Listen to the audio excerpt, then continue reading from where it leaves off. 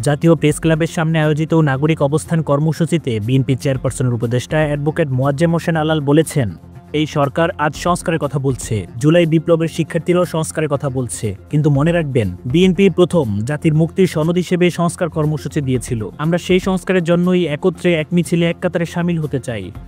ধর্মীয়, সামাজিক ও রাজনৈতিক বিভাজনের ঊর্ধ্বে উঠে স্বাধীনতা ও সার্বভৌমত্ব রক্ষার দৃঢ় প্রতিজ্ঞ সবাইকে নিয়ে। সংস্কার একটি চলমান প্রক্রিয়া, কিন্তু দীর্ঘ 17 থেকে 18 বছর ধরে মানুষ যে আকাঙ্ক্ষা লালন করেছে, ভোট কেন্দ্রে গিয়ে স্বাধীনভাবে ভোট দেওয়ার সেই অধিকার পূরণ করতে হবে।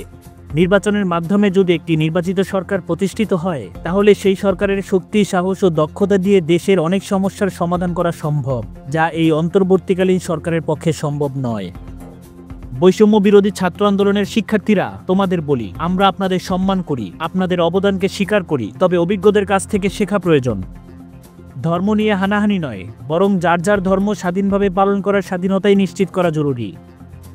কিন্তু সবকিছুর আগে দেশের মূল সমস্যার সমাধানে মনোযোগ দিন। গণতান্ত্রিক সরকার প্রতিষ্ঠার জন্য ঐক্য হন। গণতান্ত্রিক আন্দোলনের এই আহ্বানে বিএনপি সবসময় মানুষের পাশে থাকবে। এই ঐক্যের শক্তি দিয়েই এগিয়ে যাবে দেশ।